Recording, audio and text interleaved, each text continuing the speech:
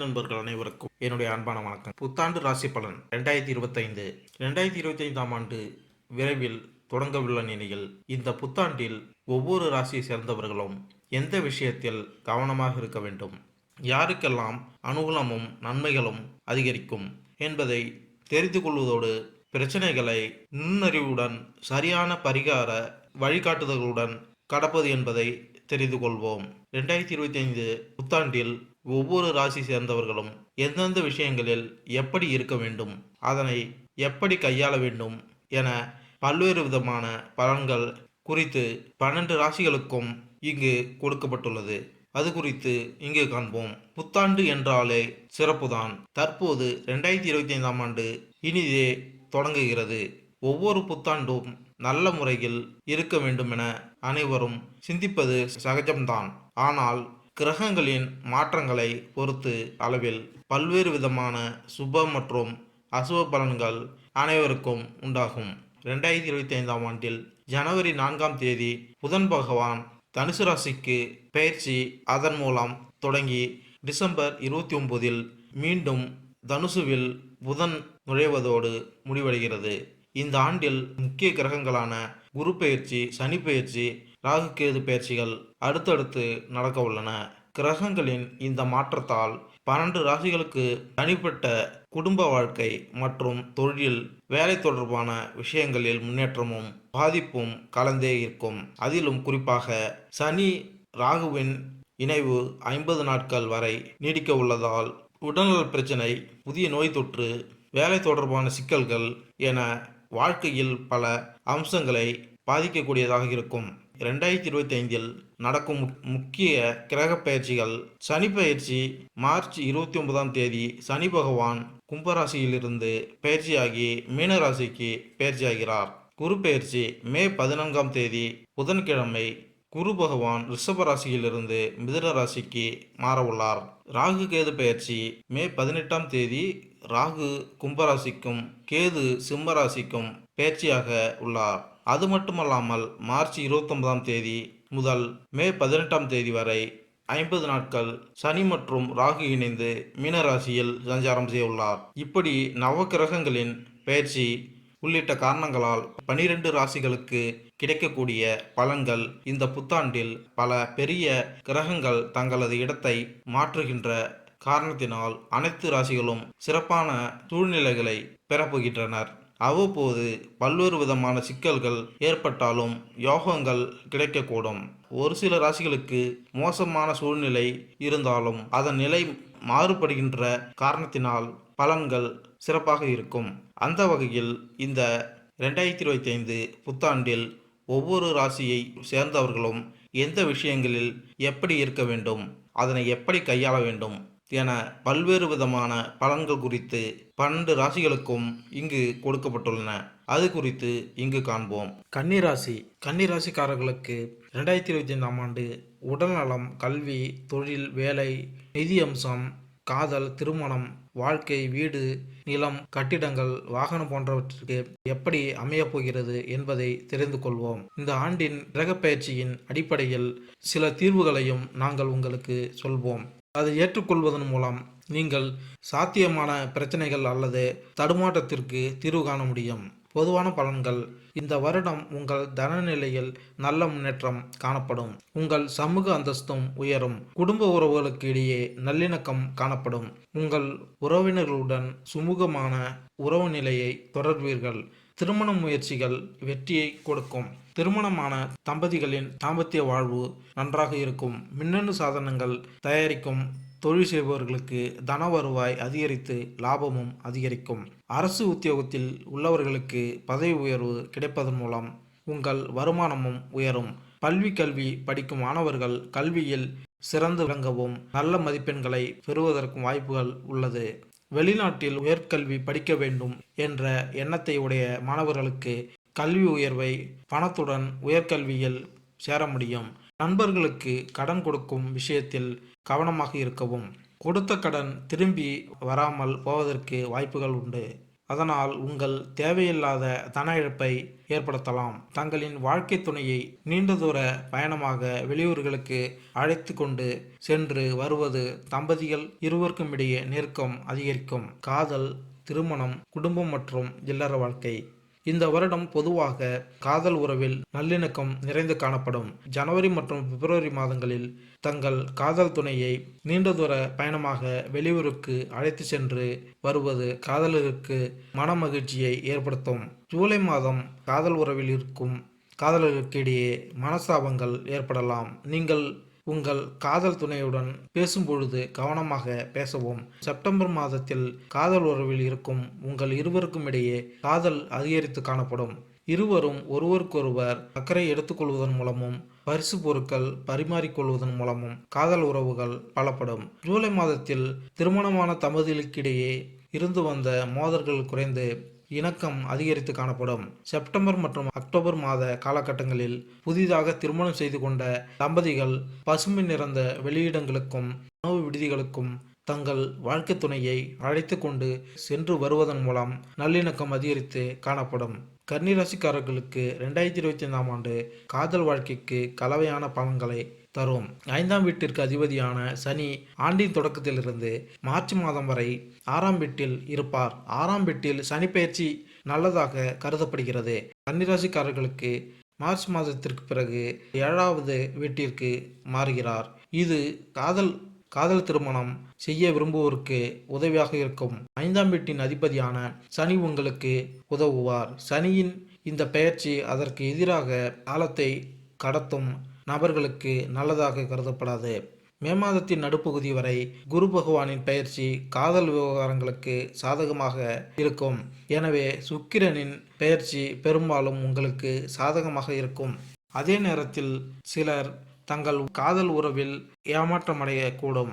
இந்த ஆண்டு உங்கள் காதல் உறவுகளுக்கு கலவையான முடிவுகளை தரக்கூடும். கன்னிராசிக்காரர்களுக்கும் திருமணம் செய்ய முயற்சிப்பவர்களுக்கும் இந்த வருடத்தின் முதல் பாதி ஓரளவு உதவிகரமாக இருக்கும். 7ஆம் அதிபதி குரு அதிர்ஷ்ட வீட்டில் இருக்கிறார். மே மாதத்தின் நடுப்பகுதிக்கு பிறகு திருமண வாய்ப்புகள் ஒப்பீட்டளவில் குறைவாக இருக்கும். எனவே மே மாதத்தின் நடுப்பகுதிக்குள் திருமண பேச்சுகளை முன்னெடுத்து செல்ல முயற்சி செய்யுங்கள். இந்த ஆண்டு கலவையான முடிவுகளை தரக்கூடும். மே மாதம் முதல் 7ஆம் வீட்டில் ராகு கேதுவின் தாக்கம் பரஸ்பர தவறான புரிதல்களை நீக்குகிறது. இந்த ஆண்டு தவறான புரிதல்களால் உறவுகளில் உள்ள பலவீனம் நீங்கும். ஆனால் சனி இருப்பதால் ஏதாவது ஒரு பிடிவாத உணர்வுகள் இருக்கலாம் அல்லது வாழ்க்கை துணையின் ஆரோக்கியத்தில் சில பாதகமான விளைவுகள் ஏற்படலாம். இந்த ஆண்டு குடும்ப விஷயங்களில் பெரிய பிரச்சனைகள் எதுவும் ஏற்பட வாய்ப்பில்லை. உங்களின் 2ஆம் வீட்டில் அதிபதியான சுக்கிரன் ஆண்டின் பெரும்பகுதிக்கு சிறப்பான நிலையில் இருப்பார். இதன் விளைவாக குடும்ப வாழ்க்கையில் நிலைத்திருக்க வேண்டும். குடும்ப உறுப்பினர்கள் முடிந்தவரை ஒருவருக்கொருவர் இணக்கமாக இருக்க முயற்சி செய்வார்கள். கன்னிராசி மே மாதத்தின் நடுப்பகுதிக்கு பிறகு குரு 5ஆம் பார்வையில் இருந்து 2ஆம் வீட்டை பார்ப்பதன் மூலம் குடும்பத்தில் சூழ்நிலையை நன்றாக மாற்ற முயற்சிப்பார். இருப்பினும் வேண்டுமென்றே எந்த பிரச்சனையையும் பெரிதாகி விடாதீர்கள். இந்த ஆண்டு இந்த விஷயத்தில் கலவையான முடிவுகள் பெறலாம். மார்ச் மாதம் வரை 4ஆம் வீட்டில் பாதகமான பாதிப்புகள் இல்லை. குரு மே மாதத்தின் நடுப்பகுதி வரை நல்ல நிலையில் இருக்கிறார். ஆனால் மார்ச் மாதம் முதல் சனியின் தாக்கம் தொடங்கும் மற்றும் படிப்படியாக சில சிக்கல்களை அதிகரிக்கக்கூடும். இருப்பினும் மே மாதத்தின் நடுப்பகுதிக்கு பிறகும் 4வது வீட்டை பார்ப்பதன் மூலம் அனுகூலத்தை தர முயற்சிப்பார். ஆனால் சில முரண்பாடுகள் அல்லது மற்றொன்று அவ்வப்போது உங்களை தொந்தரவு செய்யலாம். இப்படிப்பட்ட நிலையில் மே மாதத்தின் நடுப்பகுதி வரை இல்லற விஷயங்களில் பெரிய அளவில் பிரச்சனைகள் ஏற்பட வாய்ப்பில்லை. ஆனால் மே மாதத்தின் நடுப்பகுதிக்கு பிறகு கவனக்குறைவால் இல்லற வாழ்வில் சில பிரச்சனைகள் ஏற்படலாம். எனவே வீட்டு வேலைகளை சரியான நேரத்தில் முடிக்க வேண்டியது அவசியம். வேலை மற்றும் தொழில். இந்த வருடம் பலசரக்கு வியாபாரத்தில் தனவரவு அதிகரித்து காணப்படும். உங்கள் பொருளாதார நிலையில் ஏற்றம் நிறைந்து காணப்படும். மே மற்றும் ஜூன் மாதங்களில் வெளிநாட்டு ஏற்றுமதி தொடர்பான கூட்டு தொழில் செய்பவர்களுக்கு சக கூட்டாளிகளின் ஒத்துழைப்பு நன்றாக இருக்கும். உங்கள் தொழிலில் நல்ல லாபத்தை எதிர்பார்க்கலாம். தகவல் தொடர்புத்துறை சம்பந்தப்பட்ட தொழில் செய்பவர்கள் இரண்டாவதாக கூட்டு தொழில் முதலீடு செய்வதன் மூலம் அதிக லாபத்தை பெறுவார்கள். அரசு உத்தியோகத்தில் மின் பொறியாளராக வேலை செய்பவர்கள் தங்கள் பணியிடத்தில் கொடுக்கப்பட்ட பணிகளை திறன்பட செய்து உயர் அதிகாரிகளால் பாராட்டப்படுவார்கள். உயர்கல்வி தொடர்பான அரசு உத்தியோகத்தில் பணிபுரியும் உங்களுக்கு செப்டம்பர் மற்றும் அக்டோபர் மாதங்களில் மேலதிகாரிகளுடன் இணைந்து பணியாற்ற வாய்ப்புகள் கிடைக்கும். அவர்கள் உங்களை நன்றாக வழிநடத்துவார்கள். பல புதிய விஷயங்களை கற்று தேர்வீர்கள். போக்குவரத்து சம்பந்தப்பட்ட அரசு உத்தியோகத்தில் பணியில் உள்ள தொழில் வல்லுநர்கள் மேலதிகாரிகளின் கவனத்தை ஈர்க்கும் வகையில் சிறப்பாக பணியாற்றுவார்கள். தனியார் உத்தியோகத்தில் பணியில் உள்ள தொழில் வல்லுநர்கள் உத்தியோகத்தில் அதிக பணிச்சுமை இருந்த போதிலும் சிறப்பாக பணியாற்றுவார்கள். கன்னி ராசிக்காரர்களுக்கு வணிக கண்ணோட்டத்தில் 2025ஆம் ஆண்டு உங்களுக்கு சராசரி அல்லது கலவையான முடிவுகளை தரக்கூடும்.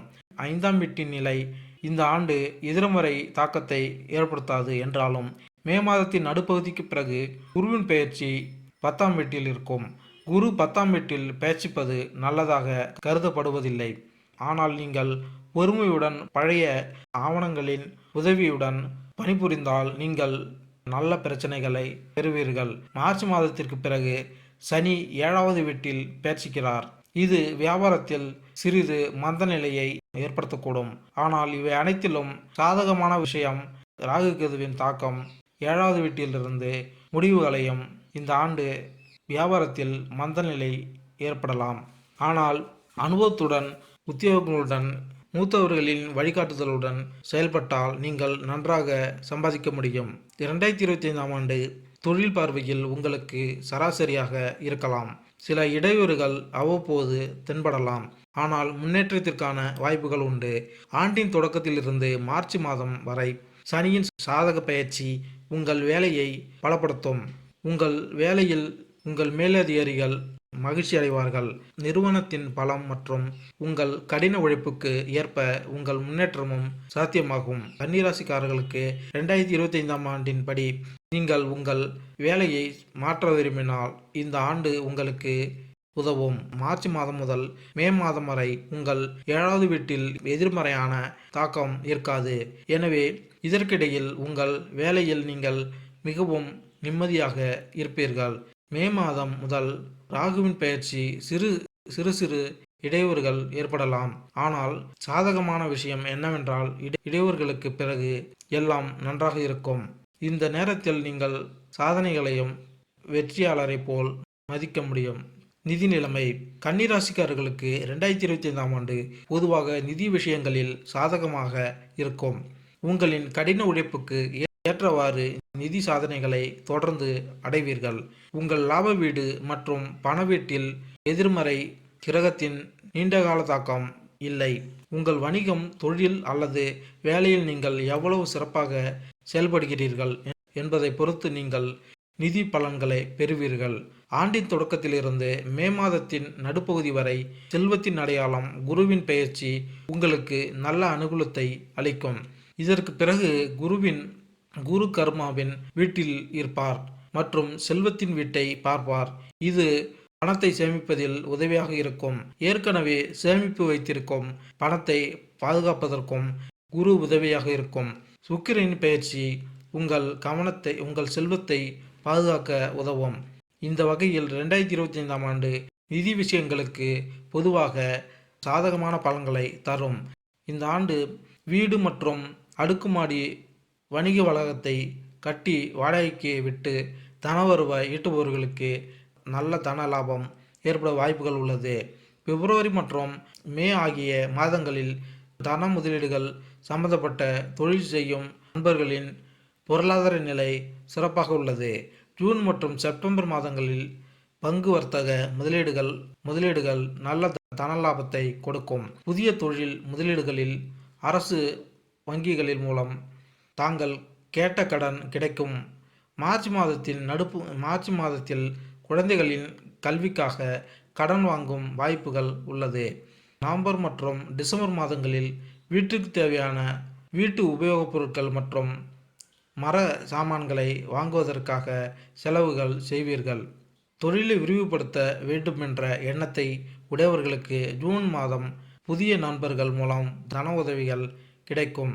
செப்டம்பர் மாதத்திற்கு பிறகு உங்கள் பொருளாதார நிலை ஏற்றம் காணும் வகையில் கோட்சார கிரக நிலைகள் உள்ளன. நிலம், கட்டிடம் மற்றும் வாகன சுகம். இந்த ஆண்டின் முதல் பாதி கன்னிராசிக்காரர்களுக்கு நிலம் மற்றும் கட்டிடங்கள் தொடர்பான விஷயங்களில் சிறப்பாக இருக்கும். 4ஆம் வீட்டின் அதிபதியான குரு மே மாதத்தின் நடுப்பகுதி வரை அஷ்டம வீட்டில் தங்கி நிலம் மற்றும் கட்டிடங்கள் தொடர்பான மகிழ்ச்சியை தருவார். நீங்கள் ஏதேனும் நிலம் அல்லது மனை வாங்க விரும்பினால் மே மாதத்தின் நடுப்பகுதிக்கு முன் அதை பெற்றுக்கொள்வது நல்லது. மார்ச் மாதத்திற்கு பிறகு சனியின் பார்வை இந்த விஷயத்தில் சற்று மந்தத்தை கொடுக்கலாம். இருப்பினும் மே மாதத்தின் நடுப்பகுதிக்கு முந்தைய நேரம் சிறப்பாக கருதப்படும். அதன் பிறகு குரு தனது நிலையை பார்த்து இந்த விஷயத்தில் சாதனைகள் செய்ய முயற்சித்தாலும் சில சிறிய சிக்கல்கள் அல்லது சிரமங்களால் நீங்கள் மனச்சோர்வு அடையலாம். ஆண்டின் தொடக்கத்திலிருந்து மார்ச் மாதம் வரை இந்த விஷயத்திலும் முன்முயற்சி எடுப்பது நல்லது.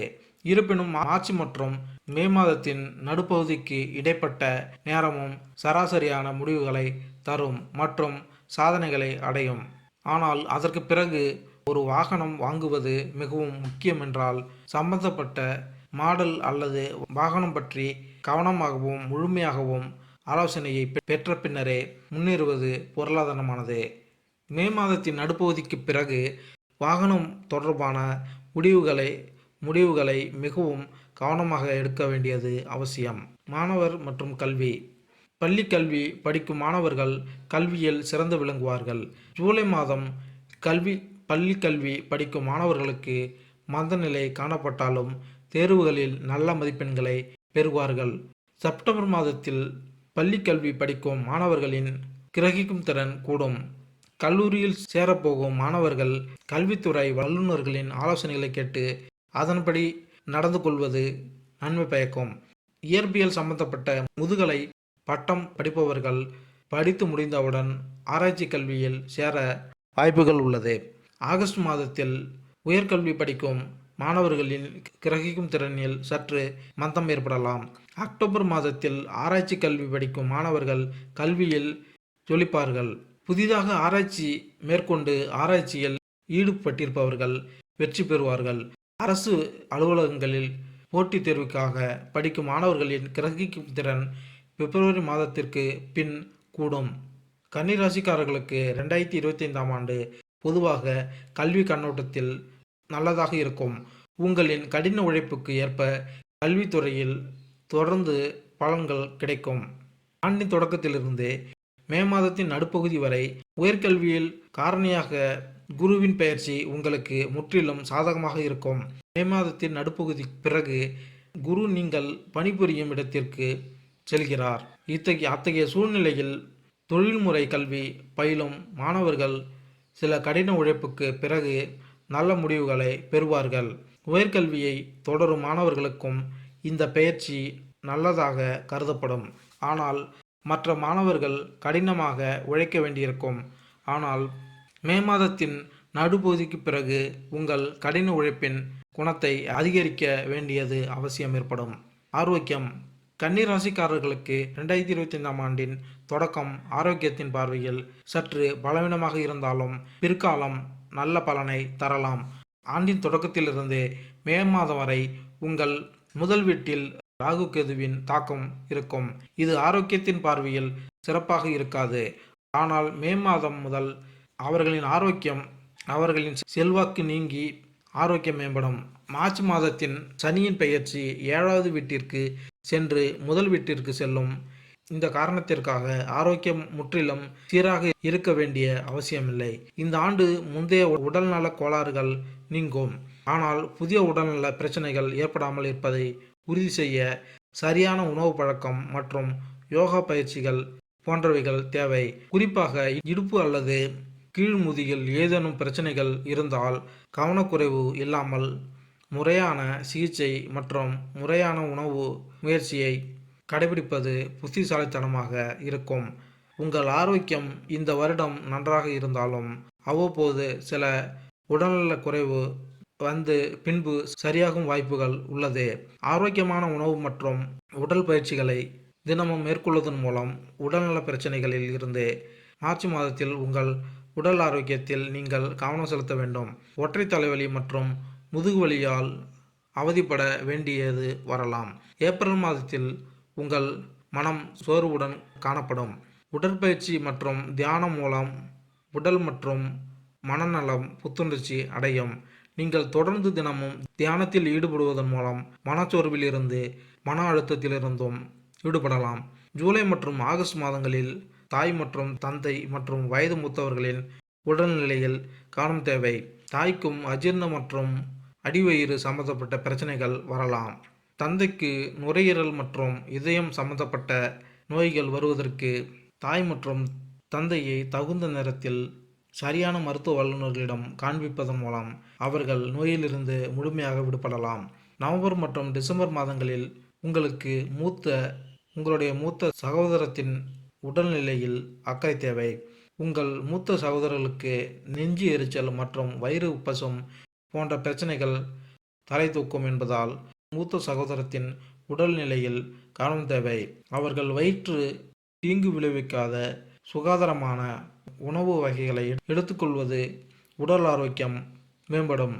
அதிக நார்ச்சத்து மிகுந்த உணவு வகைகளை எடுத்துக்கொள்வதும் ஆரோக்கியத்திற்கு நல்லது.